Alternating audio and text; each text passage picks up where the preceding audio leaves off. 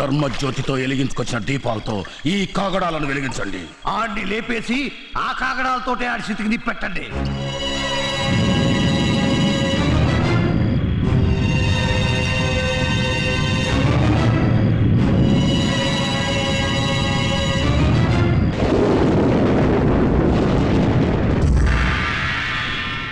ఓం నమ శివాయ.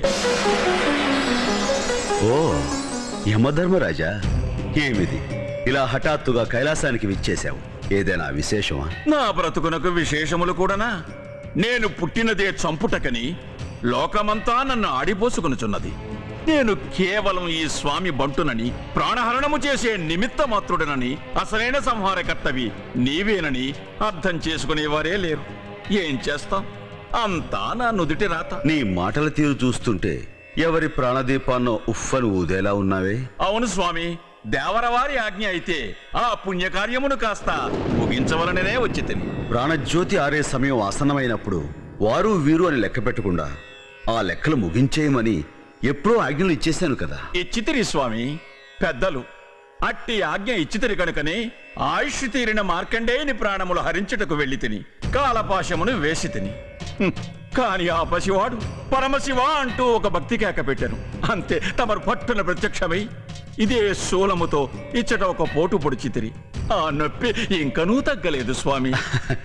యమా, మార్కండేయుని భక్తి పారవస్యత నాకు అలాంటి ఆగ్రహాన్ని తెప్పించింది. ఇంతకు నువ్వు ప్రాణం తీయవలసిన ఆ ప్రముఖుడెవరు? అది మా స్వామి, ఏమి ఇది? కంగారు పడకు యమా, అవి ధర్మజ్యోతుల దివ్యకాంతులు, నా ప్రియాతి ప్రియభక్తులు వెలిగించినవి.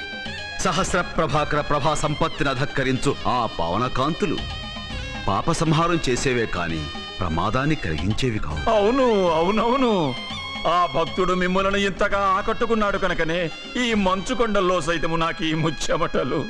అంటే అంటే కాలము ఆసన్నమైనది తమ తమ ప్రియ భక్తునికే.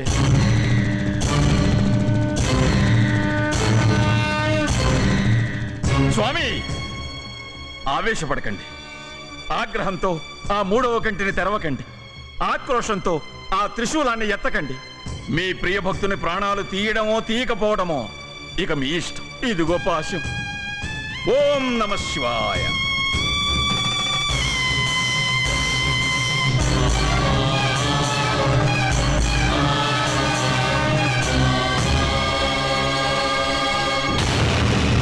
नमो भवाय च रुद्राय च नमः शर्वाय च पशुपतये च नमो नीलग्रीवाय च शितिकण्ठाय च नमः कपर्दिने संयुक्तकेशाय च नमः सहस्राक्षाय च शतधन्वने च नमो गिरिशाय च शिपिविष्टाय च नमो भीढुष्टमाय चेषुमते च नमो कस्माय च वामनाय च नमो बृहते च वंशीय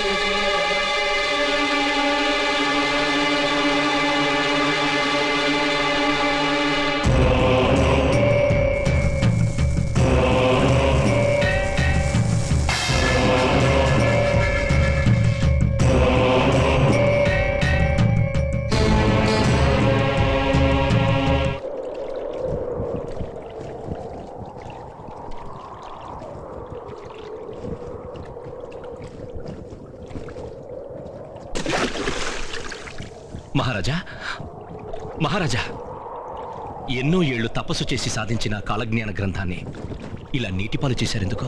నా తపశ్శక్తి వల్ల నుదుటి రాతల్ని తెలుసుకునే జ్ఞానాన్ని వరంగా పొందాను. కానీ ఆ రాతను మార్చగలిగే శక్తి ఆ జ్ఞానానికి లేనప్పుడు ఏం ప్రయోజనం? ఇప్పుడు ఏం జరిగిందని ఈ నిర్ణయం తీసుకున్నారు? ఇంకా ఏం జరగాలి? మీలాంటి మహానుభావుడు అదృశ్యమయ్యే దృశ్యాన్ని చూపించింది ఆ గ్రంథం. అంటే ఈ రోజు సూర్యుడస్తమించే లోపల మీరు మమ్మల్ని అందరినీ వదిలి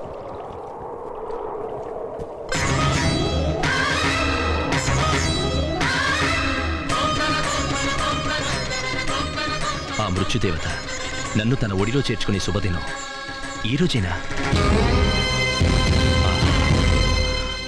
మృత్యు వచ్చే దినం శుభదినమా? మహారాజా, జీవితంలో ఒకే ఒకసారి వచ్చే పండగ ఈ మృత్యువు. అందరికీ చెప్పకుండా వస్తుంది, నాకు చెప్పి వస్తోంది. అద్భుతమైన ఈ పండుగను నేను కోటిలింగ క్షేత్రంలోనే ఆచరించుకోవాలి. సెలవిప్పించండి.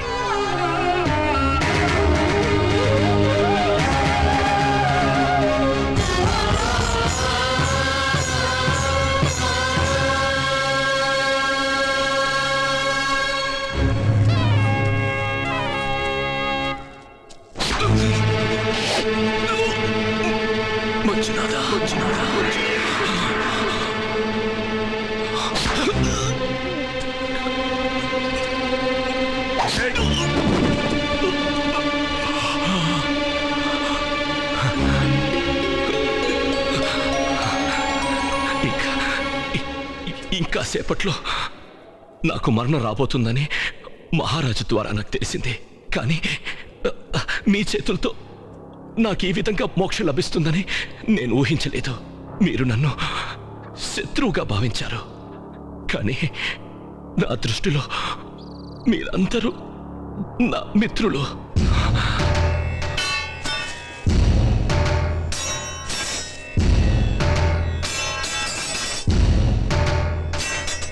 పరమేశ్వరుని సన్నిధికి నన్ను సాగనంపుతున్న మీ అందరికీ నా హృదయపూర్వక కృతజ్ఞతలు.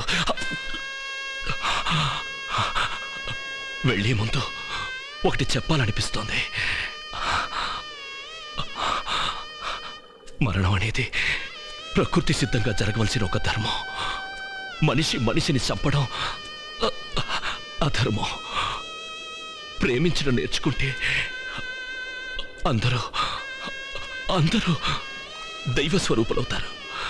ఇదే నా జీవితం నాకు నేర్పించిన పాఠం. మేమెంత తప్పు చేశామో మాకిప్పుడే తెలిసింది. మనిషి రూపంలో ఉన్న దేవుణ్ణి మేం కిరాతకంగా పొడి చేశాం. దయచేసి మమ్మల్ని అందరినీ క్షమించు మంజు. క్షమించు మంజు, క్షమించు. క్షమించవలసింది నేను కాదు.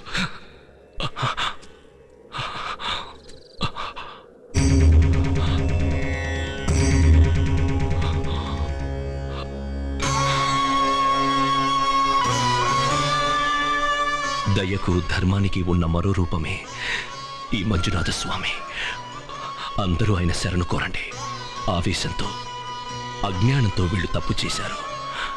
దయచేసి వీళ్ళందరినీ క్షమించు స్వామి, క్షమించు.